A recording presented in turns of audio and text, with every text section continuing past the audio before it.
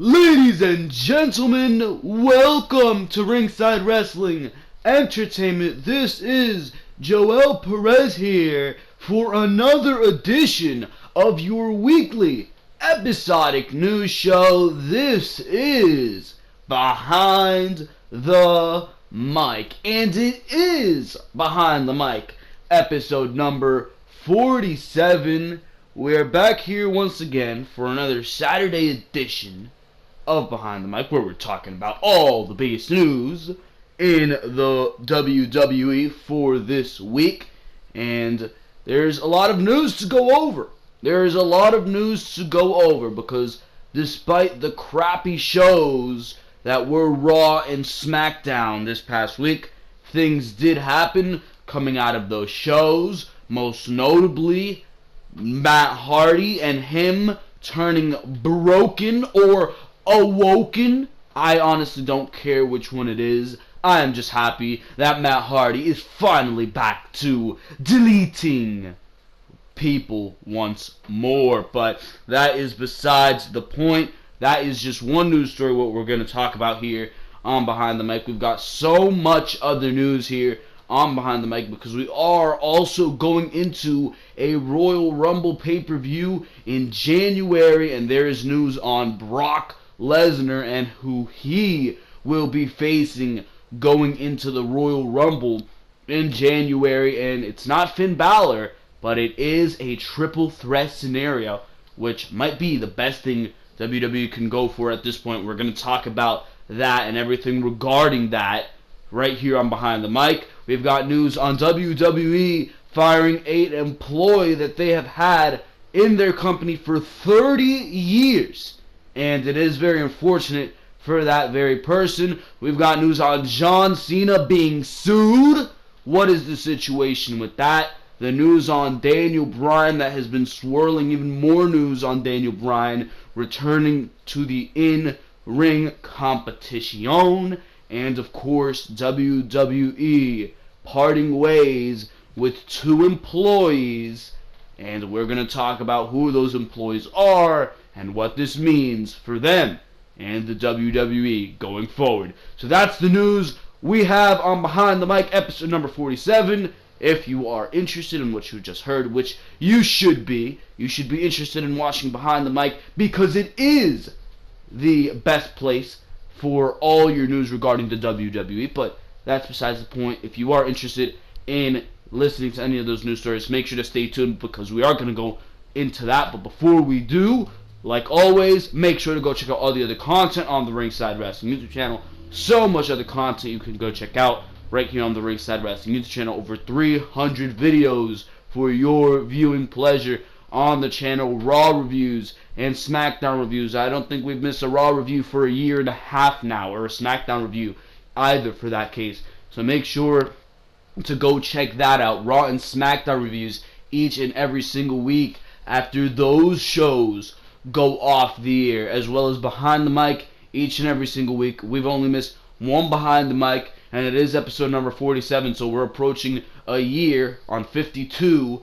We're approaching a year of Behind the Mic, so we've only missed one in that entire year, so that is crazy in and of itself right there. Last week it was Behind the Mic episode number 46. We were talking AJ Styles and his possible retirement, as well as Money in the Bank now being a dual-branded pay-per-view as we go into 2018's pay-per-view calendar. So there's big stuff that we're talking about right there. Monday Night Raw, it was Roman Reigns defending his Intercontinental Championship and defending it against the Elias, who wants to walk with Elias, and then of course being attacked and choked out by Samoa Joe. So we're talking all of that. And then of course on SmackDown, not a lot happened on SmackDown Live, but we're talking everything that happened right there. So make sure to go check out all the other content if you do enjoy that content and what you see there, as well as what you're hearing here on Behind the Mic. Make sure to subscribe to the Ringside Wrestling YouTube channel. If you have not subscribed yet, I honestly do not know what you are waiting for. And of course, make sure to comment what you think of all these news stories and smash that like button if you enjoy what you're hearing here. I'd like to ask a favor of all of you, and that is to stay tuned because we're going straight into the news stories. We start off here, ladies and gentlemen, with what I believe is the biggest news story coming out of this week, and that has to do with Brock Lesnar. And Brock Lesnar and what he's doing going in to the Royal Rumble, because it's been this ongoing question. What is this guy going to do? He's ran through the Strowmans. He's ran through the Joes. Now AJ Styles as well. What is he going to do? And Finn Balor has been thrown on the table, but are you really going to go with Finn Balor, who has been booked awfully on Monday Night Raw, being destroyed by Kane, beaten cleanly by Samoa Joe, just beat up and shoved in the ground has been Finn Balor. So that's off the tables, and the reports have been that is off the table. So what is this guy going to do? Well, we have news on that, and the current plans are for Brock Lesnar to go into a triple threat matchup. Let's talk about it. Brock Lesnar has been unstoppable ever since he captured the Universal Championship by defeating Goldberg at WrestleMania 33. He has defeated top superstars such as Braun Strowman, Samoa Joe, and Bray Wyatt to defend his title. However, with the Royal Rumble 2018 and WrestleMania 34 just a few months away, there are widespread speculations pertaining to Brock Lesnar's opponent. Irrespective of who faces Brock Lesnar at the Royal Rumble, the Beast Incarnate is most likely to emerge victorious and retain the title. Plans for Lesnar at WrestleMania 34 at present seems to be a match with none other than, of course, Roman Reigns, which could be a quote-unquote passing of the torch moment, or like I like to call it, the fourth coronation of Roman Reigns at WrestleMania. Anyways, certain reports do suggest that this plan might change, considering the fact that viewers still favor Brock Lesnar. Brock losing to Reigns could yield poorly for the latter, as WWE wants to push him as a face. As far as Brock Lesnar's opponent at Royal Rumble is concerned, there have been widespread reports hinting that Finn Balor could face the Beast Incarnate. However, new reports suggest that Finn Balor might not be facing Brock Lesnar after all, as reported by Wrestling Inc. It is believed that Vince McMahon does not want Balor to face the Beast Incarnate, leading to the change in the plans. Finn Balor recently tweeted a meme that mocked him for losing his shot at the Universal Championship. This certainly does not mean that he is out of the race. Rather, Balor acknowledging the speculations could be a method to spring a surprise once Lesnar returns on December 18th. Notably, Balor never lost his Universal Championship, but had to relinquish it due to his injury. So the meme was Brock Lesnar. It's a picture of Brock Lesnar, and he's like, "Hey Finn, want to hear a joke?" And Finn, "Sure." And Brock Lesnar says, "Universal Championship match." He says, Finn Balor does, "I don't get it." And Brock, it's another picture of Brock laughing, and Finn Balor realizing the joke, because he doesn't get a Universal Championship match, does Finn Balor. Ha ha ha. And Finn Balor tweeted that one out. Anyways, some reports had earlier suggested that Seth Rollins might also be in the race for the Universal Championship match at the Royal Rumble in 2018. Which didn't make sense because Seth Rollins is in the tag team division with Dean Ambrose. However, it is possible that instead of only Rollins facing the Beast Incarnate, it could be a triple threat match with Dean Ambrose as the third opponent, which makes a lot more sense, and we will get to that. Notably, a triple threat match for WWE's heavyweight title at the Royal Rumble in 2015 involving Brock Lesnar, Cena, and Seth Rollins was one of the best at the event.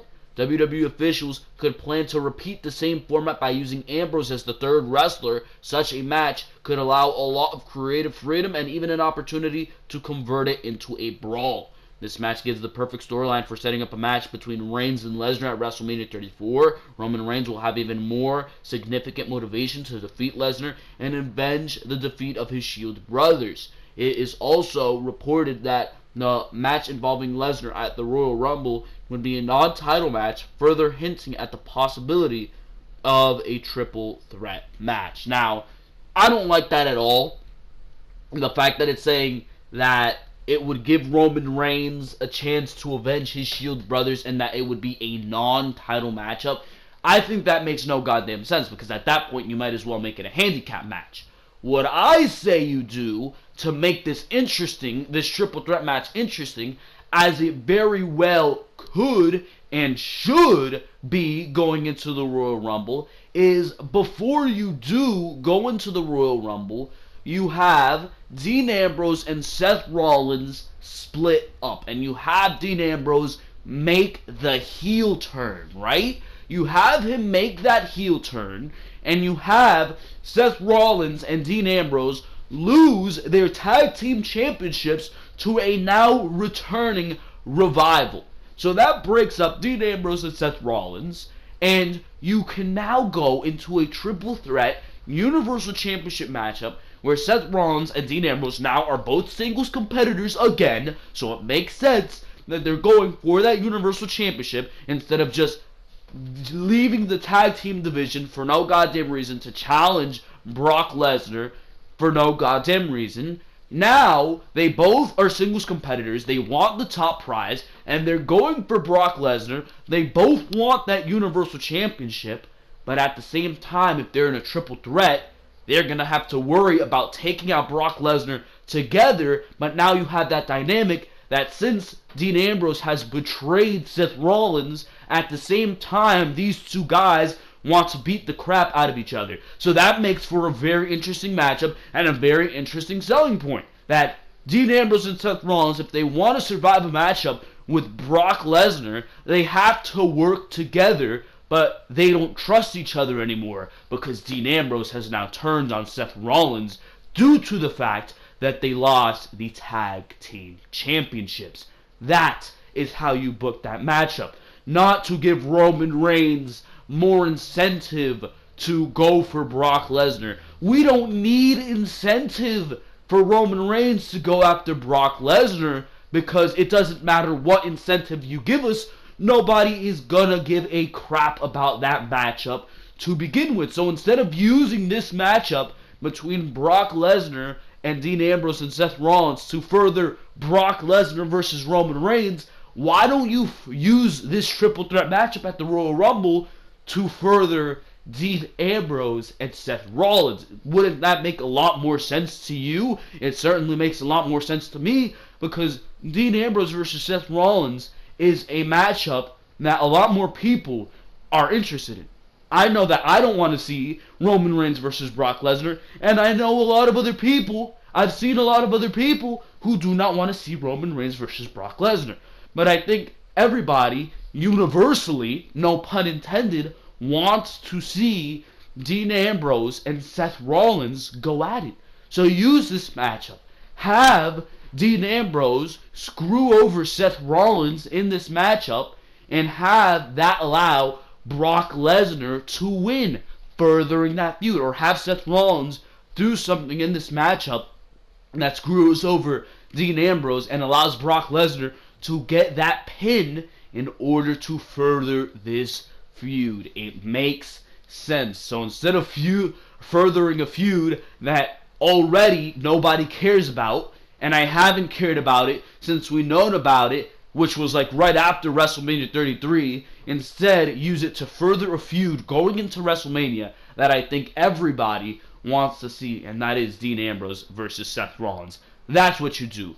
That's the way you book it. And if this is the way that you want to go into the Royal Rumble, I like this matchup a lot better than the Finn Balor matchup, because where the Finn Balor matchup is going to be one of those typical Brock Lesnar squash matches, this is going to be a scenario where Brock Lesnar has two guys coming at him, and it makes it a lot more believable when Brock Lesnar isn't in this matchup the entire time trying to, or just beating the crap out of everybody. It makes more sense. It's more believable, and it makes for a better match because of that. So that is what I say you do going in to the Royal Rumble. I like this idea, and if WWE wants to go with this for the Universal Championship after Dean Ambrose and Seth Rollins have turned on each other, that's the way to go. I like it. For now, let's move on to the next news story. We move on here to this news story, which is really coming out of left field, if you ask me. John Cena facing lawsuit from Ford Motor Company over a car that he sold. Let's talk about it. WWE superstar John Cena is facing a hefty legal situation with the Ford Motors Company. Cena, who is known for his hustle, loyalty, respect motto in the WWE, did a bit of side hustling with a car he had received that had led to a lawsuit being filed by Ford Motors, which as of right now is for at least hundreds of thousands of dollars. Here are the latest details on what John Cena is being sued for and what's next for the popular WWE superstar. Not only is John Cena known for his wrestling and aspiring movie career, he also got a love for cars. Cena is often reviewing cars on the Bella Twins YouTube channel due to his love for fancy and fast rides. One of the cars he received was a 2017 Ford GT from the Ford Motors Company. Cena signed a contract to purchase and receive the car with an MSRP of $450,000. As Ford noted, they reserve these cars to sell to only those individuals who will be influencers and ambassadors of the vehicle and the Ford brand. Part of the contract also mentioned that Cena needed to keep the car for at least 24 months before selling it, which he didn't.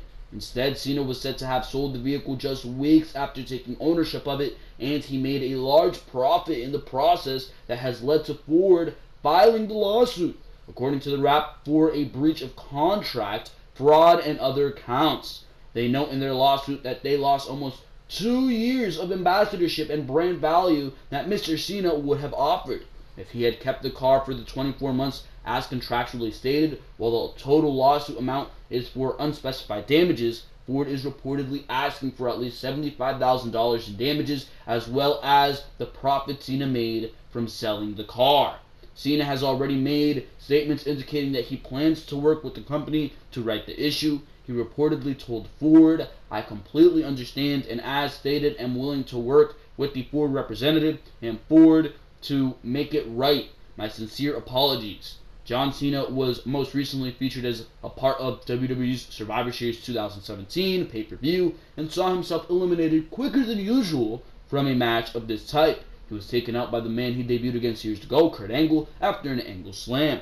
Cena is now hoping his lawyer or team of lawyers will be able to come out on top in the battle with Ford Motor Company's litigators as he prepares for his next big match in WWE, which could possibly be at the Royal Rumble 2018 in January. This just goes to show you, ladies and gentlemen, that it doesn't matter how big you are in what industry, if you don't honor a deal, it is going to come back and bite you in the ass. And that's exactly what's happening for John Cena. Now, it's not like this lawsuit is going to ruin his life. It's not like this lawsuit is going to have everybody who was ever a John Cena fan. It's not like they're going to stop being his fans and they're going to hate him because he didn't honor his deal with the Ford Motors Company. And it's not like this is going to make John Cena bankrupt. John Cena has millions and millions of dollars in his bank account and probably millions and millions of dollars coming his way just this year. These couple $100,000 are not going to break the bank for John Cena, and it's really not going to matter in the long run. The only reason this is being reported is because it's news about the biggest man in the WWE, the biggest name in the WWE. People are going to be reporting this news. But besides turning a few heads to ever make a deal with John Cena, besides some people losing a little bit of respect for John Cena, is this realistically going to change what anybody thinks about this guy? No. No, people are still going to look up to John Cena. They're still going to respect John Cena.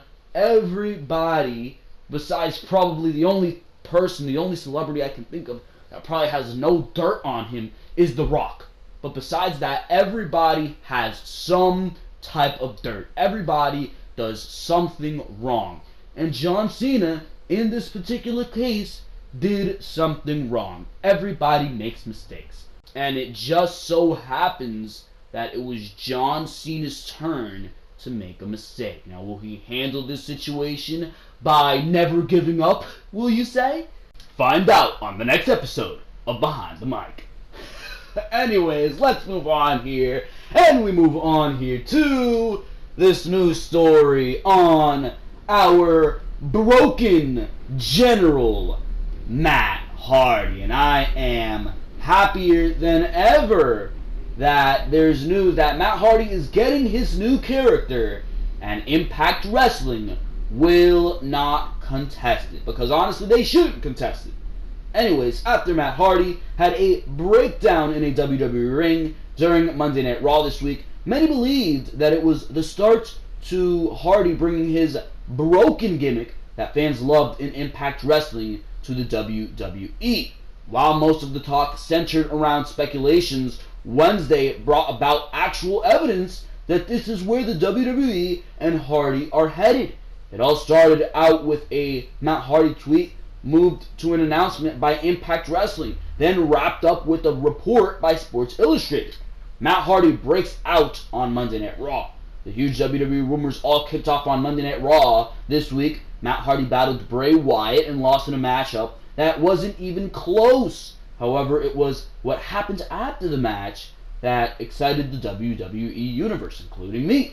Matt sat in the center of the ring and started slapping the ropes. And then Hardy began to yell, "Delete!"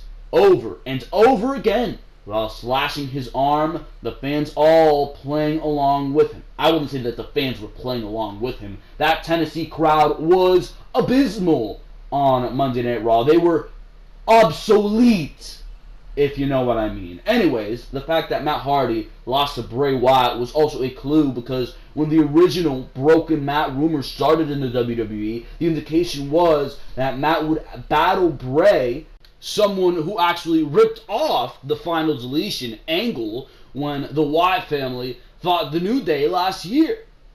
One of the biggest things that Matt Hardy did when he portrayed Broken Matt in Impact Wrestling was living the gimmick. Matt didn't just portray a broken man in the wrestling ring, but he brought it to his Twitter account as well, and made a lot of tweets concerning being broken.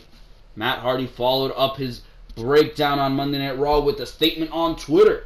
He used his Broken Matt persona, which he now entitles Woken Matt Hardy, and said that there is darkness and demons in the WWE, and he needed to recruit loyal soldiers from around the planet to help in his great war. It sounds like Woken Matt won't be fighting alone. This is his tweet. The hashtag Great War is merely beginning on this plane identified as WWE. I must recruit loyal soldiers from around the planet of Earth to join me as I battle in a domain overflowing with darkness and demons. Our platoon has much to do.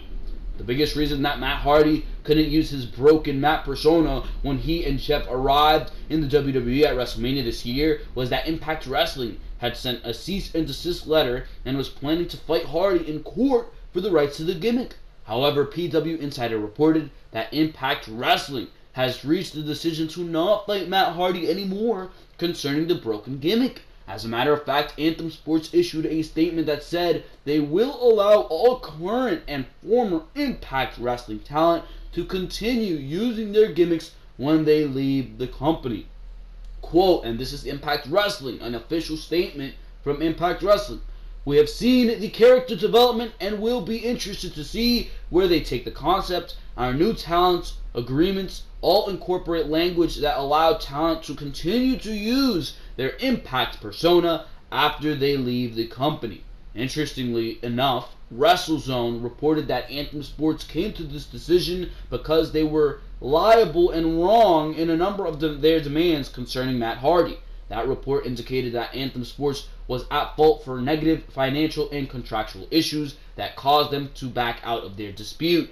Sports Illustrated was the most recent news outlet to break news concerning Matt Hardy, Broken Matt Hardy, I should say, in the WWE. According to the reports, the WWE has decided to create a new character that is based on the Broken Matt gimmick. The new character will share the same persona, but use a new name, and of course that new name is going to be supposedly Awoken or Woken Matt Hardy. I like Broken better, But if WWE wants to go that way, it's just a name. It does not matter. As long as he's still deleting people, as long as people are still fading away and classifying themselves as obsolete, as long as things are being proclaimed delightful and wonderful and all that amazing shit, as long as all that is being done and Matt Hardy is having great feuds, he's in that upper mid card to main event role, and he's having great feuds and great matches with the likes of Bray Wyatt,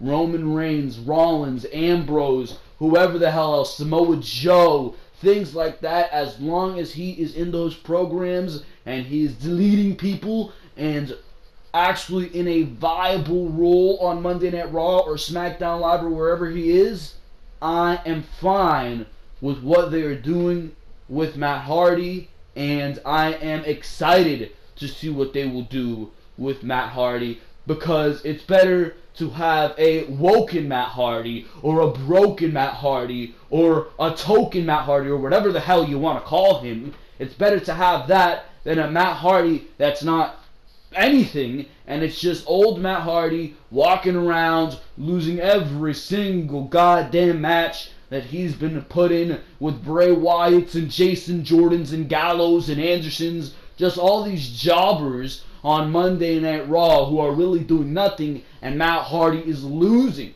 He's the guy who loses to the jobbers, or at least that's what he was. Hopefully this will bring that breath of fresh air that Matt Hardy needs, like he needed it in Impact Wrestling, and that's what the broken gimmick brought to him. Hopefully, now that he needs this in the WWE, this awoken gimmick will bring him to that, and when Jeff Hardy, I should say, returns to the WWE, you can do a small program like that with Jeff and Matt, maybe even going into WrestleMania, and you can have Jeff go on his own, or you can do the tag team between Brother Nero and Broken Matt Hardy. Maybe you can even go that way.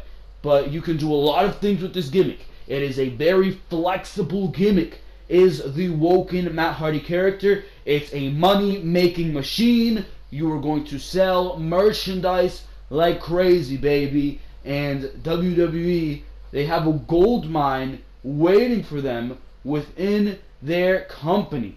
So I say they take advantage of this, and they make the best they can out of this and book this correctly, because that's the way it should be treated, and that's the way it will be treated if somebody in the WWE has a brain, because you know Matt Hardy is going to put his 100% into this. It's the broken gimmick, but now they're even on a grander scale than they were before. So hopefully this is taken advantage of, and we can see the things that we were seeing this time last year with Matt Hardy, and we can have a fantastic run, and we can be viewing fantastic television with Matt Hardy, who is uber talented on our televisions. Hopefully this is successful, and I'm glad that we are finally seeing the broken gimmick in the WWE. We move on to the story on Daniel Bryan, and clearly Daniel Bryan, to this day, if you ask me, is still the most over man in the WWE. Every time he comes out on SmackDown Live, he gets the biggest ovation out of anybody on that active Raw or SmackDown roster. And that is absolutely crazy. The fact that he's been retired for a year now. We haven't seen him in action in almost 2 years now, or probably more than 2 years now. And he is still the most over man in the WWE. And for those people, including me, who want to see Daniel Bryan return, well, we've got some huge news. WWE doctors reconsidering Daniel Bryan's in-ring future. A few months ago, it came to light that Daniel Bryan was actively training for his in-ring return. It has been well documented that WWE officials have refused to medically clear him over the past 2 years, but there is some hope that could change in the near future. Apparently, his recent test results have been excellent as of late. Doctors outside of WWE don't see any major problems with Daniel Bryan getting back into the ring. Unfortunately, his status depends on how WWE doctors evaluate his health. Over the few months, the expectation has been that Daniel Bryan will have to wait for his contract with the company to expire for him to wrestle outside of a WWE ring. That will happen in September, but that's almost another year away. There is some hope that Daniel Bryan may have convinced WWE doctors to reevaluate his health for an in-ring return. It seems that Daniel Bryan has been traveling all over the country to receive the best medical evaluations. He's found enough doctors and opinions to support his claim that he can wrestle right now. So it will be up to WWE doctors to decide if he's capable of wrestling a few matches per year. It's very unlikely that Bryan would be medically cleared for a full-time schedule, but a part-time schedule seems plausible. Many people believe that once his daughter was born, Bryan's priorities would have changed. However, the birth of his daughter has actually fueled him to pursue his dream and set an example for her. Bryan Danielson is going to wrestle again, but the question is if he will need to wait for his WWE contract to expire or if WWE doctors will give him clearance to wrestle. If that happens soon enough, he could return at WrestleMania. On paper, Daniel Bryan making his in-ring return in New Orleans only 4 years after winning the WWE Championship there is a truly wonderful story. In all likelihood, he would be willing to re-sign with the company if he's medically cleared to wrestle before his contract expires. WWE doctors and the powers that be have a huge decision to make because his in-ring return is inevitable. It's just up to them how long we have to wait. You know that Daniel Bryan wants to get back in that ring. You know everybody watching the WWE wants to see Daniel Bryan get in that ring. And I've said this for a long time, and I've heard this from so many others. This theory almost, or this conspiracy that WWE purposefully forced Daniel Bryan to retire because, first of all, the concussion lawsuits that they had, and they didn't want to risk anything. That would be part of the reason that they didn't want to risk anything because of these concussion lawsuits that they had with these old WWE legends who were suing them for back in the day. So if Daniel Bryan got hurt in the middle of a WWE ring, how would that look while WWE was in the middle of this lawsuit with old legends? And on top of that, to push the Roman Reigns initiative and to help get Roman Reigns over as their top guy. Because WWE knew that if Daniel Bryan was still in that company and they were doing what they did with Roman Reigns at WrestleMania 32, if they were doing what they did with Roman Reigns at WrestleMania 33, what they're planning to do with Roman Reigns this year at WrestleMania 34, WWE had an intuition that if they tried to pull any of this garbage with Roman Reigns, that it would immediately backfire on them, just like the Batista Randy Orton WrestleMania 30 main event backfired on them, and it would immediately continue to backfire on them year after year after year, to the point where they would need to put Daniel Bryan in this prime position because he was so over and he's the top guy that we want to see. And WWE didn't want Daniel Bryan interfering with that. They didn't. They want Roman Reigns in that position. So the plan is to force Daniel Bryan to retire because they don't want him in that ring. And on top of that, he already has a concussion history. So it's easy to do that and Roman Reigns will get over. And that's a theory that so many have had. And to a T, I agree with that. I agree with the fact that WWE forced Daniel Bryan to retire in order to push this Roman Reigns initiative. But now you see what WWE has done with Roman Reigns, and they have got to realize, at least some people in that company have to realize, that this entire Roman Reigns experiment to make Roman Reigns the top guy has been a failure. So there might be a lot of people in that company warming up to the fact of letting Daniel Bryan back in that ring because they know it would be fantastic for their business. Ratings would probably go up if Daniel Bryan returned to the WWE. Very good things would happen. The merchandise that Daniel Bryan sells would be amazing for the WWE. On top of that, all the matches we can get: Daniel Bryan and Seth Rollins, Daniel Bryan, Dean Ambrose, Daniel Bryan, Samoa Joe, Daniel Bryan, another Daniel Bryan, Roman Reigns matchup, Daniel Bryan, Nakamura, holy shit, that sounds amazing, Bryan Styles, Bryan, everybody. There's so many guys in the WWE that Bryan could go up against.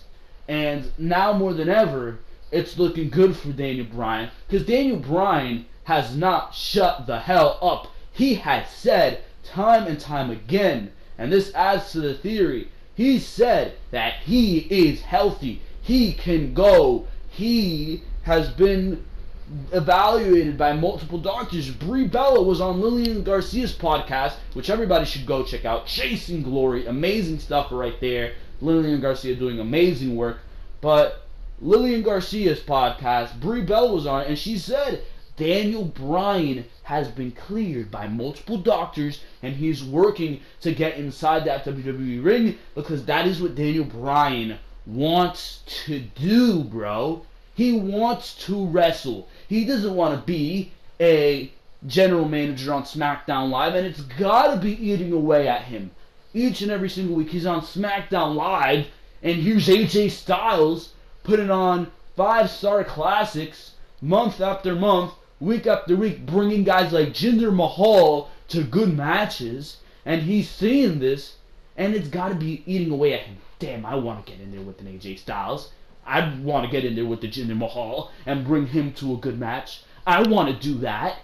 I want to do that. I want to be in there with the Brock Lesnar in a David versus Goliath match. I want to do that. It's got to be eating away at him, bro. It's got to be.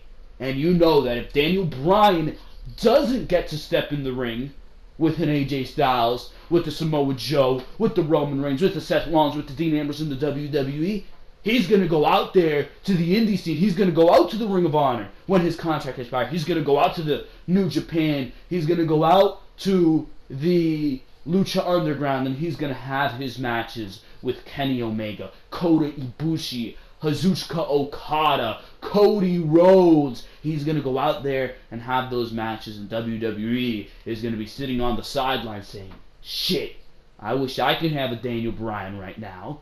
And that's going to be exactly the case. If WWE lets Daniel Bryan go, it's going to be a huge mistake. Because if there's one thing that these companies are missing outside of the WWE, it's that big face of the company that is going to bring them to the top.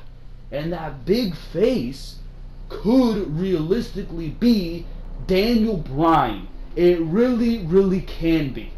Daniel Bryan has the possibility to be that face, that John Cena-esque face, because he was at one point in a prime position to be that for the WWE. So if Daniel Bryan does leave the WWE, what is going to stop him from going out and being that face of the company in a Ring of Honor, in a New Japan, in a Lucha Underground? And in the end, it's going to be a huge mistake for WWE. So that's why I think that this report is true. WWE doctors are considering clearing Daniel Bryan, because if WWE did clear Daniel Bryan, it would be huge business for them, and it would prevent a huge mistake that would be letting Daniel Bryan go to the indie scenes and boosting a company up to levels that that company has never seen before. So that is what I think about the situation. Daniel Bryan, no matter what, will wrestle again. The only question now is when and where. Will it be the WWE or out in the indie scenes? That's going to be interesting to see. But Daniel Bryan, he's definitely going to be stepping back in a ring very soon. And it's just going to be interesting to see when and where that happens. For now, let's move on to the next news story. WWE releases one of its greatest talents after more than 30 years with the company. Every single year, there are superstars and others who are let go by WWE in what can only be called business moves. But this latest release is quite shocking. While there has been no official word from the company regarding this move as of yet, the rumors are quite strong that a person who has been an employee for more than 3 decades has been released. If the speculation is true, it's hard to believe that Jim Johnson will no longer be working his magic. Even if you're a lifetime fan of the WWE and all of wrestling, you may not recognize the name, as Jim Johnson is not someone who competed in the ring. He was never even a regular character on WWE television, but his work has been heard at every single live event since 1985, and he may no longer have a job. Jim Johnson is a music composer who was hired by WWE/WWF back in 1985, and he has created some of the greatest entrance themes of all time. He has produced such memorable themes as those for Vince McMahon, The Rock, The Undertaker, Stone Cold Steve Austin, and many others. Sportskeeda noticed that simply stated, or noticed a tweet that simply stated, Johnson has been released by WWE. When asked about these conditions, or the conditions of the Johnson release, Twitter user Theme Titan directed everyone to a statement regarding this situation. The statement details that CFO has been the main composers of WWE entrance themes for years now, but Johnson had a lot of input still to give. Some of those backstage in WWE are said to want to overhaul all of WWE's musical output and replace any creations of Jim Johnson. One of the first superstar entrance themes to be changed from Johnson's creation will be that of Kane. Again, WWE has not yet released any information or confirmation regarding the release of Jim Johnson. For now, this information should still be taken as a rumor until some kind of official word is given one way or another. As it currently stands, longtime music composer and entrance theme creator Jim Johnson is still employed by WWE, but that is as far as anyone knows. The rumors of his release are quite shocking, as he still had a bit part in the company's music department after 30 years as an employee. It will be interesting to see what becomes of this situation over the coming days and weeks. This is unfortunate because, if you have been working somewhere for 30 years and you've played such a big role, the role that is music, and that's really not noticed, but entrance music really is a big part of a character.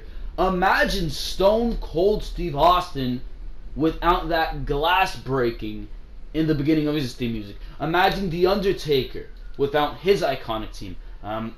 Imagine The Rock without his iconic theme. You can't imagine these guys without these amazing pieces of work by people like Jim Johnson.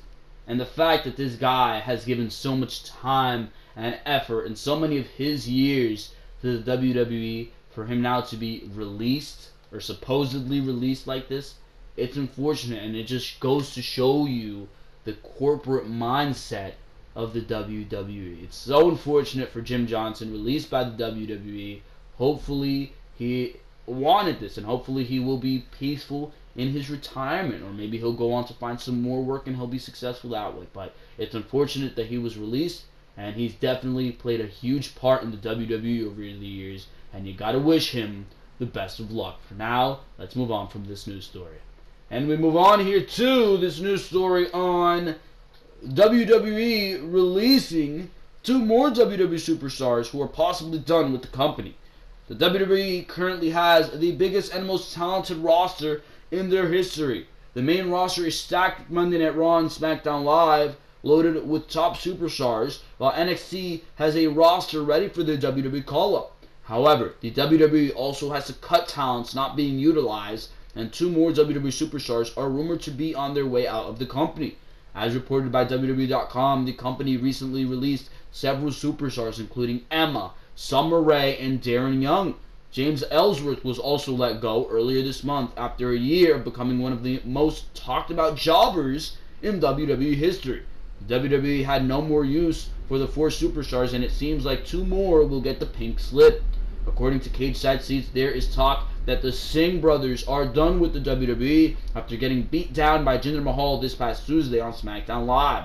Samir and Sunil Singh were brutalized by Mahal after they lost to AJ Styles in a handicap match. The attack was seen as a way to write the two superstars off television. It should be noted that Ellsworth suffered countless beatdowns from the SmackDown Live women's division before his release. However, that might not be the case, as the Singh brothers are going to be traveling with the WWE for their tour of South America this weekend. As reported by Nick Hossman of WrestleZone, they are expected to appear in live events in Peru and Mexico, but it's not sure if they are going to be with Jinder Mahal.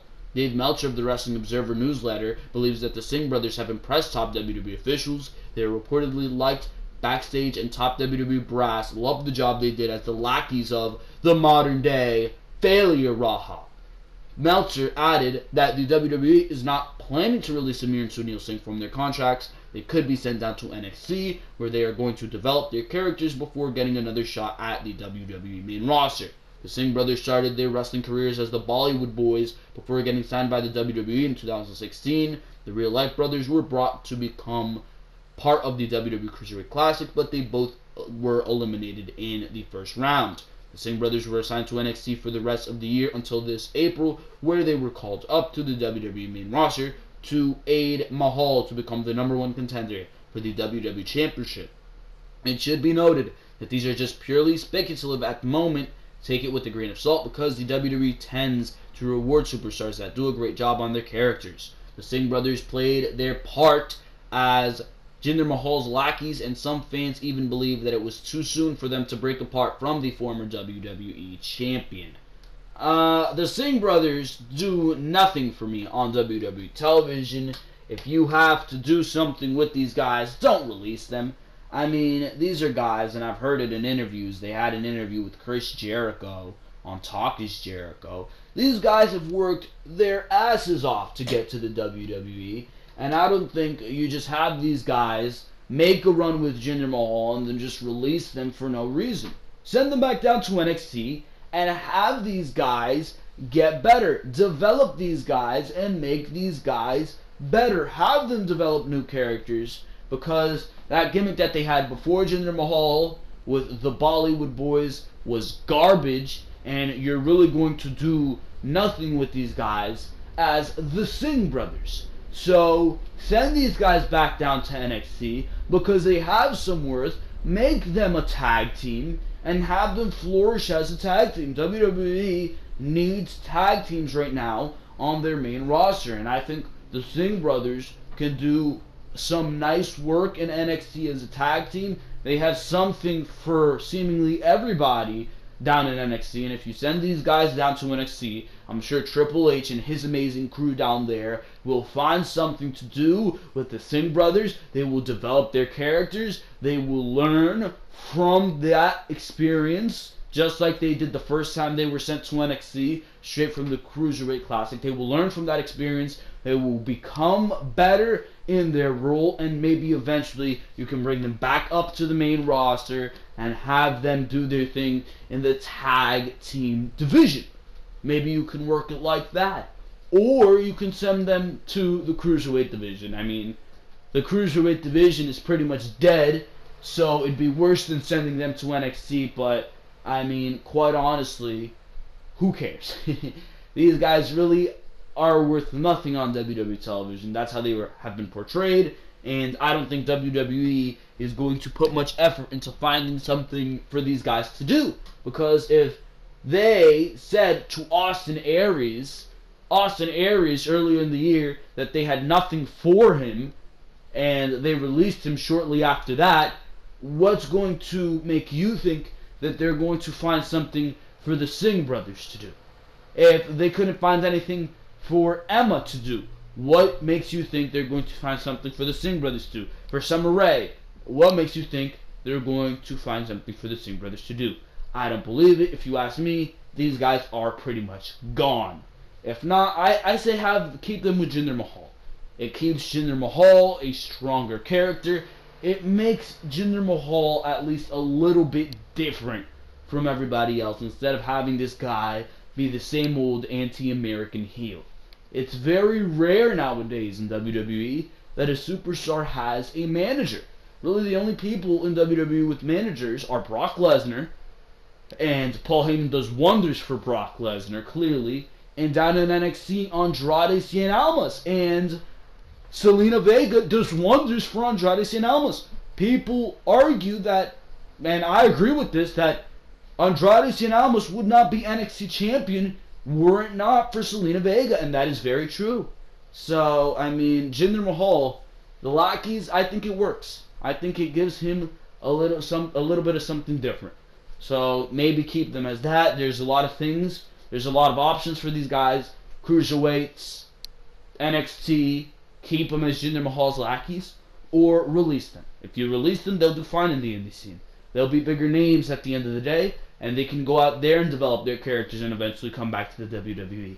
But quite honestly, right now, there's nothing for them, and I think WWE, knowing the WWE, is probably going to release these guys. For now, that was the final news story, so we're going to move to the final segment of Behind the Mic. For now, ladies and gentlemen, I hope you have enjoyed each and every single thing that you have seen and heard on Behind the Mic here today. But for now, this is going to be the closing segments. Like I said at the beginning of the video, make sure to go check out all the other content on the Ringside Wrestling YouTube channel. So much of the content to go check out: Raw reviews, Smackdown reviews, pay-per-view reviews, NXT TakeOver special reviews. You got Behind the Mic each and every single Saturday, preview and predictions to pay-per-views and NXT TakeOver specials. And later this month, at the end of this month, going into 2018, we're going to be doing end-of-the-year top 10s for 2017, discussing everything pretty much. Top 10 superstars, top 10 worst superstars,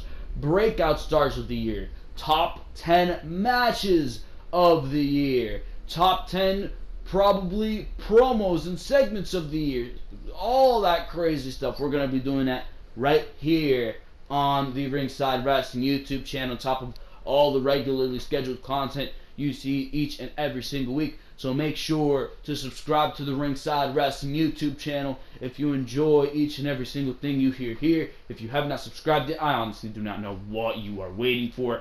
Click on that subscribe button. Make sure to smash that like button. And of course, make sure to comment what you thought of each and every single news story on Behind the Mic here today. Because for now, this has been Joel Perez of Ringside Wrestling Entertainment. And for now, I am out of here. Thank you very, very much for watching this video. I will see you on Monday for your Monday Night Raw review.